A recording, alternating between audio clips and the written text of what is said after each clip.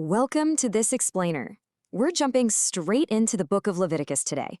Now, if you've ever tried reading this text, you've probably got completely bogged down in the dense chapters of ancient laws, animal sacrifices, and hygiene rules.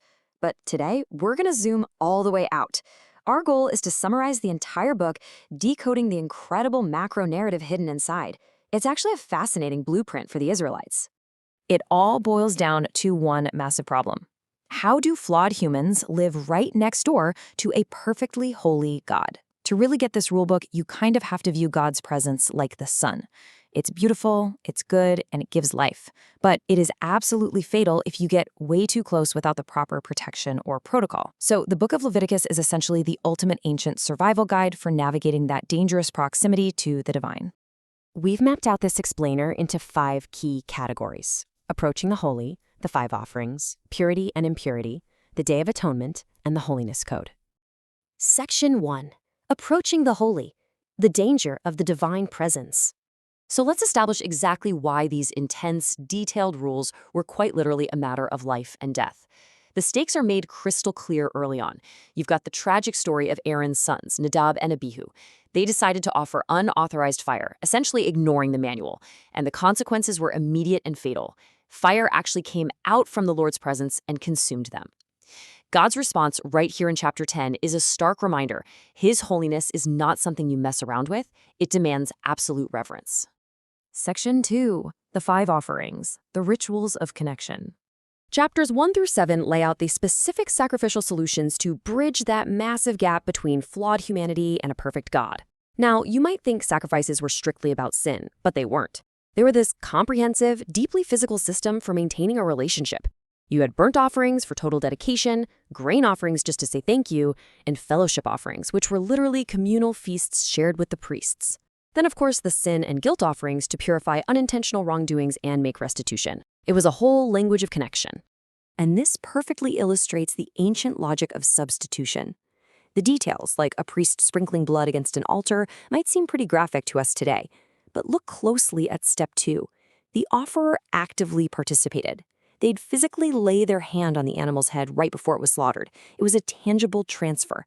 A substitute was taking the place of the human, allowing them to safely remain in God's presence. Section 3. Purity and impurity, navigating daily life. Moving away from the altar, chapters 11 through 15 zoom in on the daily bodily states of the Israelites. Because living with God wasn't just about what happened at the tabernacle, it was about your everyday life.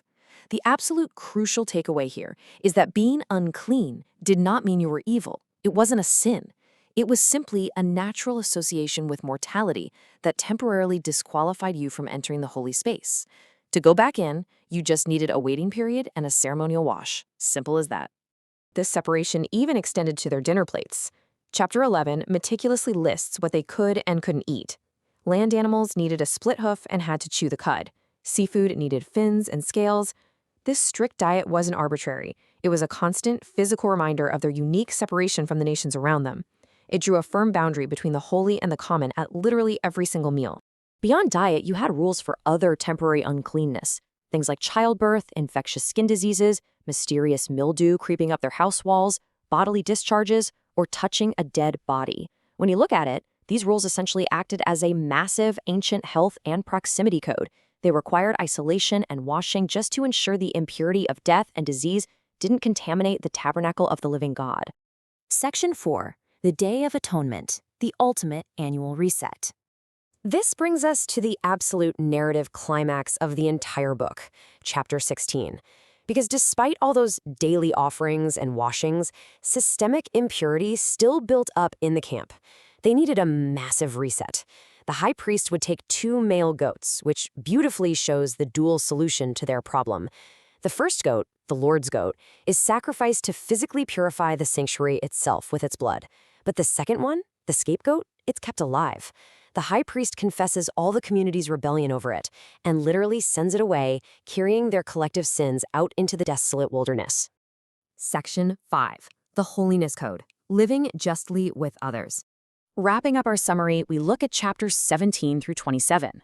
These chapters represent a huge paradigm shift. Surviving next to the divine wasn't just about altar rituals and avoiding mold. It was deeply tied to interpersonal justice. You've probably heard the famous command to love your neighbor. Well, surprise, it doesn't originate in the New Testament. It comes right here from Leviticus 19. It proves that true holiness is fundamentally tied to how we treat people. You simply cannot honor a holy God while exploiting your fellow humans. Notice how these laws demand that religious purity translates into practical, everyday economics. They were literally commanded to leave the edges of their fields unharvested so the poor and immigrants could gather food. They had to pay hired workers promptly at the end of the day, treat foreigners with the exact same love as native citizens, and use honest scales in business.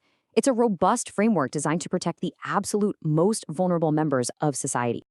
And to top it all off, chapter 25 drops one of the most radical economic concepts of the ancient world. It's a societal safeguard triggered exactly every 50 years. They called it the Year of Jubilee. After 7 cycles of 7 years, trumpets would blast, proclaiming liberty throughout the entire land.